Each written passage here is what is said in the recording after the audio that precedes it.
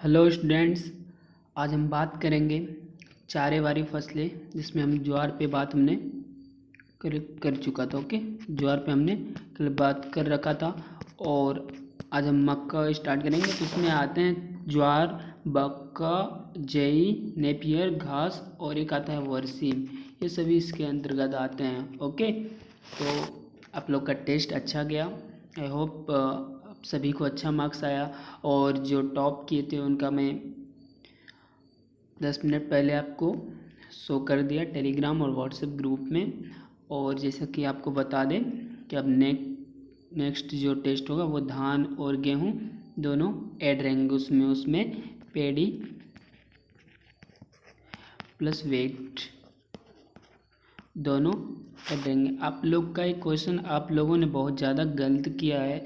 Scientific नाम आपका Latin नाम था। तो आप लोग कमेंट सेक्शन में आंसर करो कि गेहूं का जो है वेट का जो है लैटिन नाम क्या होता है। सभी स्टूडेंट्स कमेंट सेक्शन में कमेंट करोगे। ओके, तो चलिए बात करते हैं हम मक्का पे।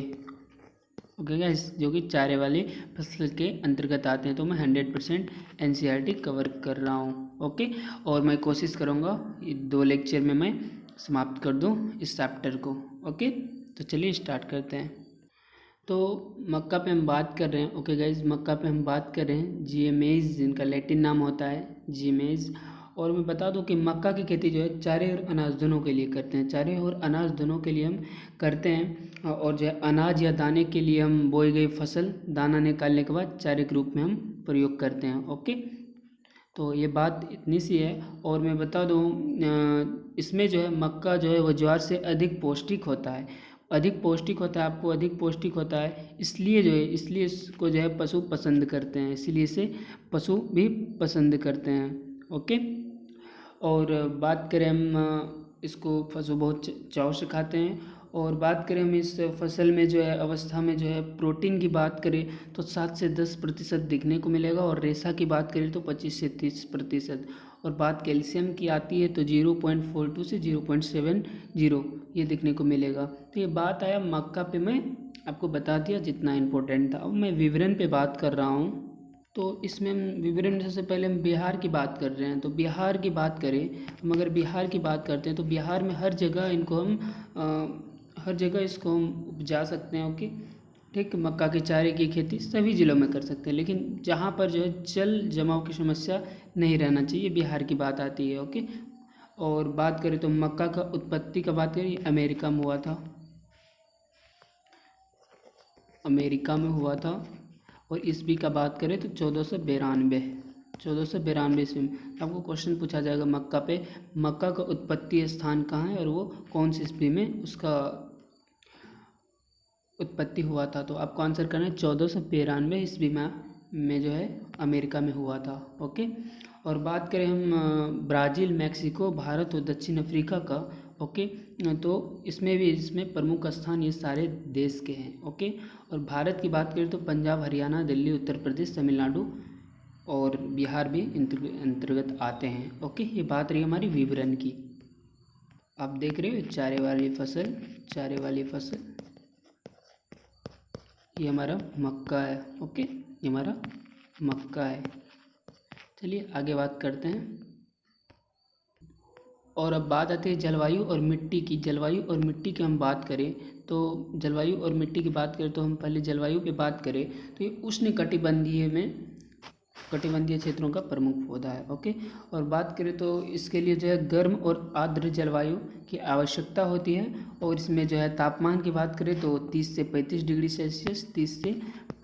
सेल्सियस जो है तापमान इसके लिए अच्छा होता है पौधे के समृद्धि के लिए। और बात करें हम अंकुरन की तो अंकुरन के लिए 14 से 15 डिग्री सेल्सियस अच्छा रहता है। और ये सूखे क्षेत्र में नहीं हो पाते हैं। ओके, सूखे क्षेत्र में नहीं हो पाते। और भूमि का जो है नमी जो है वो कम नहीं होना चाहिए। और तापमान की अवस्था भी वो ज़्यादा नहीं होना चाहिए। और 9 से 10 डिग्री सेल्सियस में इसको हम नहीं उगा सकते हैं। ओके, बात करें मिट्टी 7.0 इनका pH होना चाहिए। मिट्टी का pH 7.0 होना चाहिए। और इनमें जो है ये दोमट मिट्टी जो है गहरी दोमट जीवांश युक्त और वो उपजाऊ भूमि सबसे उपयुक्त है। ओके, सबसे उपयुक्त माना जाता है। और इसमें जो है इसकी खेती जो क्षारीय भूमि इसकी खेती के लिए बहुत अच्छा होता है। और उन्नत किस्म का बात करें तो अफ्रीकन टाल, विजयी, मोती, ज्वार, प्राय दाने वाली किस्में, गंगा, सफ़ेद टू, ठीक, ये सारे इनके अंतर्गत आते हैं। कुछ चारे फसल के लिए हम इनको उगाते हैं। ओके, और मक्का की ऐसी किस्में जिनमें जो है जिनके पौधे दाना पकने की अवस्था में हरे रहते हैं, चारे के लिए अधिक उपयोगी है। ओके, वो फसल चारे के लिए अधिक उपयोगी होने जा रहा है। और संकुल बीज कंपोजिट मेज की हम बात करें तो विजय जो है, जवाहर की बात करें किस्म, ये सारे जो है अच्छा माना जाता है। और इसके अतिरिक्त शक्तिमान 1, शक्तिमान 2 और HQPM1, ठीक, जो कि प्रोटीन मेज के अंतर्गत आता है क्वालिटी में। ये सारे किस्म को जो है चारा के रूप में हम उपयोग कर सकते हैं। और खेत का तैयारी की बात करें तो मक्का की खेत के लिए जो दोमट, बलुई, ये हम बता चुके हैं, मटियार भूमि अच्छा माना जाता है। और मक्का के खेत के लिए पानी की सतह नीची होनी चाहिए और जो इनके साथ सारा प्रबंधन होना चाहिए। और मिट्टी का pH 6 से 7 के बीच होना अच्छा रहता है। और बुआई के पहले भूमि की तैयारी इस प्रकार से करेंगे कि उसमें खरपतवार नहीं रहे। ओके, उसमें खरपतवार नहीं रहे। और अधिक खरपतवार जो है भारी मिट्टी उनमें हैरो जुताई से हम संख्या 3 या 4 कर देंगे। और अरहर की कटाई के बाद मक्का लगाने के लिए इसकी जड़ें को हम अच्छे तरह से निकाल लेंगे। ठीक, ये बात रहा हमारा खेत की तैयारी पे। अब बात आता है बुआई का समय और बीज का दर। तो इसका बुआई फरवरी के अंतिम सप्ताह से लेकर हम जो है अगस्त माह के अंत तक कर सकते हैं। कब से? फरवरी से के अंतिम सप्ताह से लेकर अगस्त का जो है अगस्त माह के अंत तक हम कर सकते हैं। ठीक, और अप्रैल माह के अंतिम सप्ताह से सितंबर माह, ठीक, अप्रैल माह से सितंबर माह जो है तक पशुओं को हरा चारा मिल सकता है इनसे। ठीक, बिहार की बात करें तो मक्का 3 या 4 फसलें हरे चारे के लिए उगाया जाता है। कितना? 3 या 4, ये बिहार की बात हो रही है। ठीक, बीज दर का बात करें तो 40 से 60 किलोग्राम प्रति हेक्टेयर बीज पर्याप्त है। और खरपतवार और भी अंत्यक्रियाएँ करने को कतार में बुआई करना चाहिए। कतार से कतार का दूरी जो है 30 सेंटीमीटर रखना चाहिए। और छिटकाव विधि से भी हम कर सकते हैं। और जो है लेकिन बीज की मात्रा अधिक लगती है, अंकुरन संतोषजनक नहीं हो पाता है। मिश्रित खेती की बात करें तो मक्का व लोबिया के बीजों को 50 किलोग्राम प्रति हेक्टेयर की दर से बोएंगे। केवल चारे की पौष्टिकता बढ़ती है, बल्कि उपज 1.5 गुनी भी हो जाती है। इनके साथ साथ खाद की बात करें, उर्वरक की बात, ये चारे मक्का में भी खाद भूमि की उर्वरकता पर निर्भर, कितना उसका उर्वरकता है उस पर निर्भर करता है। 100 किलोग्राम नाइट्रोजन, 50 किलोग्राम स्फूर, 25 किलोग्राम पोटास प्रति हेक्टेयर देकर मक्का के पौष्टिक चारा को अधिक उपज में हम ला सकते हैं। और शेष नाइट्रोजन जो बचेगा उनको हम 30 से 40 दिन बाद हम ऊपर से डालेंगे। और जिंक की बात करें तो वो हम 10 से 15 किलोग्राम प्रति हेक्टेयर खेत से बुआई के पहले अन्य खादों के साथ मिलना चाहिए। ओके, और सिंचाई और जल निकास की बात करें तो ग्रीष्म ऋतु में जो है 5 से 6 सिंचाइयाँ, बरसात में 3 से 4 सिंचाइयाँ देकर मक्का चारे की अच्छी पैदावार ले सकती है। जल निकास की समुचित व्यवस्था होना चाहिए, नहीं तो पौधे सड़ जाते हैं। ओके, और मक्का का पौधा 1 किग्रा पुष्प पदार्थ बनाने के लिए लगभग 370 से 400 किलोग्राम पानी का उपयोग करता है। तो मक्का जो है 1 किलोग्राम जो है पुष्प को बनाने के लिए कितना पानी का प्रयोग करता है? तो याद रखना 370 से 400। ठीक, और अनुकूल परिस्थितियां बनाए रखने के लिए खेत का समतल होना जो है वो आवश्यक माना जाता है। ओके, चलिए आगे बात करते हैं। बात करें हम खरपतवार नियंत्रण का, तो छोटे पौधे को खरपतवार से बचाने के लिए 1 से 2 बार निराई करेंगे आवश्यक होता है। और यदि यांत्रिक विधि से खरपतवार नियंत्रण संभव नहीं हो तो 1 किलोग्राम एट्राजिन, ठीक, एट्राजिन का हम 1000 लीटर पानी में देके हम छिड़काव करेंगे। ठीक, और जो है पौधे आने के पहले जो है इनको हम करेंगे। और छिड़काव के समय खेत में नमी होना अच्छा रहता है। और इस दिशा में 30 से 35 दिन तक खरपतवार से मुक्त रहते हैं। ओके, नोट डाउन कर ले सारे जितने मैं आपको बता रहा हूँ, ये बहुत ही इम्पोर्टेंट्स हैं। ठीक, और मैं कोशिश कर रहा हूँ आपको नेक्स्ट लेक्चर तक आपका ये चैप्टर ख़त्म हो जाए। ओके।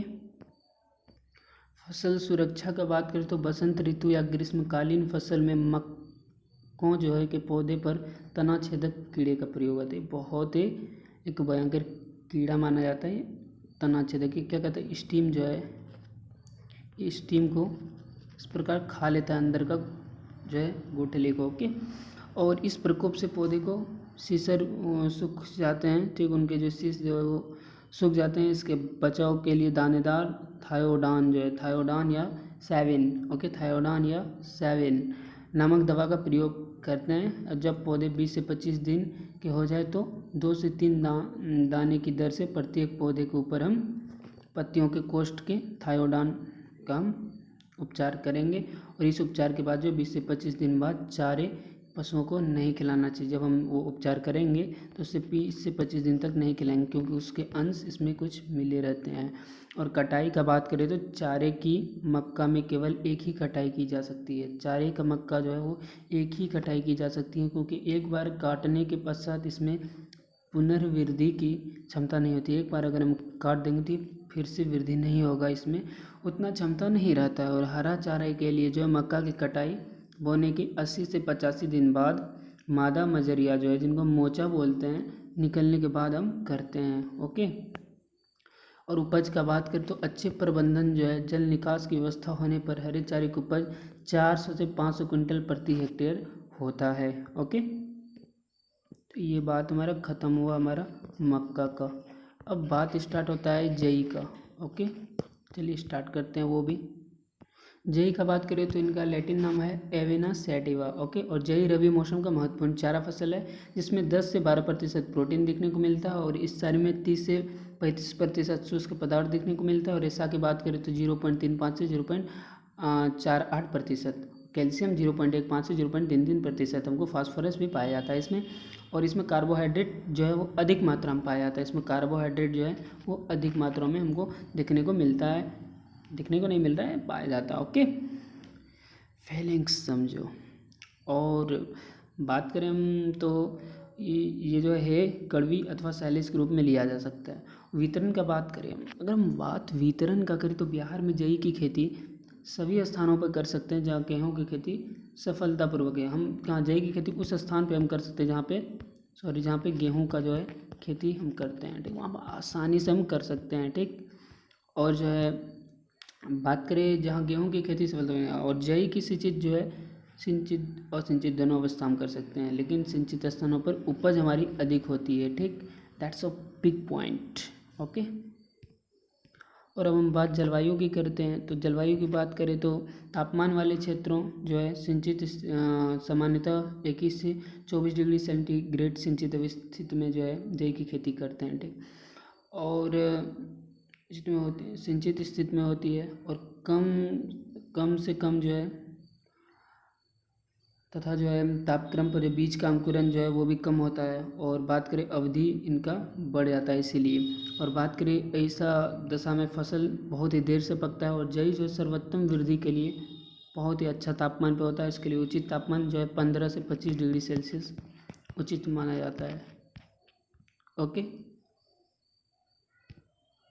बात आता है मिट्टी और भूमि पे, तो बलुई दोमट से लेकर मटियार दोमट की मिट्टी में जई जारा के लिए जो है उपयुक्त माना जाता है। और यह फसल जो उष्ण कटिबंधीय से लेकर शीतोष्ण कटिबंधीय क्षेत्र में इसकी खेती की जा सकती है। और इसकी खेती क्षारीय भूमि में भी की जा सकती है, लेकिन क्षारीय और अम्लीय भूमि इसके लिए उपयुक्त जो है अच्छा नहीं माना जाता है।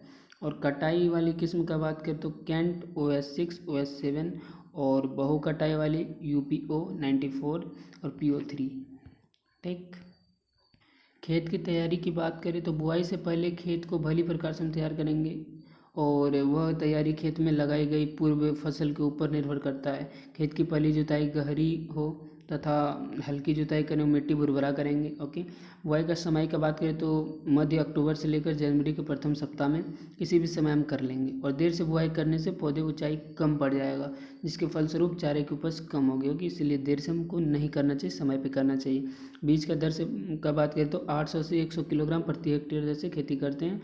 बीज दर 25% वृद्धि करके देर से बोने से चारा जो है उत्पादन प्रतिकूल मौसम से होने वाली कमी को पूरा कर देता है। दिसंबर और जनवरी में बुआई की गई फसलों में प्रति पौधा दोजियों की संख्या में कमी आ जाती है, जिसके फलस्वरूप उपज कम होता है और फसल को 10 से 15 दिन तक अंतराल में बोना चाहिए ताकि चारा नियमित रूप से हो सके। ओके, मैं फास्ट इसलिए बता रहा हूँ क्योंकि टाइम ही बहुत ही कम है। तो बात करें उर्वरक की मात्रा, तो इस पर बात करें तो जई चारा की अधिक उपज के लिए नाइट्रोजन, स्फूर, पोटास, अन्य महत्वपूर्ण पोषक तत्वों की आवश्यकता पड़ता है, जिसके मिट्टी जांच के आधार पर रासायनिक उर्वरक की पूर्ति।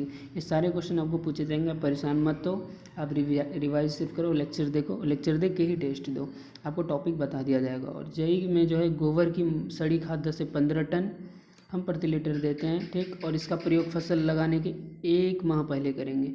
यदि गोबर की खाद से यूरिया का प्रयोग किया जाए तो चारे की उपज अधिक होती है। और अगेती और मध्य अवधि की जातियों के लिए 80 से 100 किलोग्राम नाइट्रोजन प्रति हेक्टेयर देंगे, और पछेती या दीर्घ अवधि जातियों के लिए ये सब पता होगा। ओके, 100 से 120 किलोग्राम नाइट्रोजन प्रति हेक्टेयर देंगे। और यदि भूमि जो है फॉस्फोरस और पोटास की कमी हो तो फॉस्फेट 40 किलोग्राम प्रति हेक्टेयर और पोटास 30 किलोग्राम प्रति हेक्टेयर जैसे देंगे। और 40 किलोग्राम जो है और स्फूर 30 किलोग्राम पोटास जो है वो हम नाइट्रोजन की आधी मात्रा में मिला के और हेरो या हल से मिला देंगे। और शेष नाइट्रोजन की बात करें हम तो 20 से 25 दिन के बाद सिंचाई के समय देंगे, और शेष मात्रा प्रथम कटाई के बाद छिड़काव विधि से हम कर देंगे। तो ये बात है। और प्रोटीन बढ़ाने के लिए नाइट्रोजन का प्रयोग करना बहुत ही महत्वपूर्ण है। सिंचाई व जल निकास की बात करें तो अच्छे चारा फसल के लिए सिंचाई व्यवस्था आवश्यक है। प्रथम सिंचाई 25 से 26 दिन में बुआई के बाद, और बाद की सिंचाई 15 से 20 दिन अंतराल पर करेंगे। खरपतवार नियंत्रण का बात करें तो जई में खरपतवार का नियंत्रण 30 से 40 दिन तक आवश्यक है। प्रथम सिंचाई के बाद खुरपी हो की सहायता से खरपतवार कनाडा, थिसिल, कृष्ण नील ये सारे में उखाड़ कर हम करेंगे। और 2,4-D की 0.5 किलोग्राम 500 लीटर पानी में घोलकर छिड़काव करेंगे, इससे खरपतवार नाश हो जाएगा। ओके, और फसल सुरक्षा की बात करें तो बहु कटाई वाली किस्में 3 से 4 कटाइयों की जा सकती है। एक कटाई वाले में प्रथम कटाई बुआई के बाद और 50 दिन बाद दूसरी कटाई करेंगे। और दानों में जो है दुग्धावस्था जब उसमें दूध भर जाएगा फिर करेंगे। पौधे की कटाई जो है 6 से 7 सेंटीमीटर की ऊंचाई पर करते हैं, ठीक। और उपज की बात करें तो एक कटाई वाली किस्म और प्रथम कटाई में जो है 200 से 250 क्विंटल चारा प्रति हेक्टेयर, और जो है दूसरी कटाई में 150 से 200 क्विंटल हरा चारा प्रति हेक्टेयर प्राप्त होता है। वही अच्छे प्रबंधन कर हम जो है बहु कटाई वाले किस्मों में हरे चारा उपज 400 से 550 क्विंटल प्राप्त करते हैं। ओके, अब मैं हमारा नेक्स्ट लेक्चर होगा नेपियर घास पे। ओके, नेपियर घास पे होगा। मैं चाहूँगा उसमें मैं ख़त्म कर दूं आपका ये चैप्टर। मेरा अधिक कोशिश रहेगा। आज के लेक्चर कुछ बड़ा हो गया। ओके, तो थैंक यू, टेस्ट देते रहिए। और अगर आपने सब्सक्राइब नहीं किया है तो सब्सक्राइब करिए, शेयर करिए, लाइक करिए वीडियो को। ओके, और जो क्वेश्चन पूछा हूँ वो कमेंट सेक्शन में आंसर करिए। Okay guys, thank you.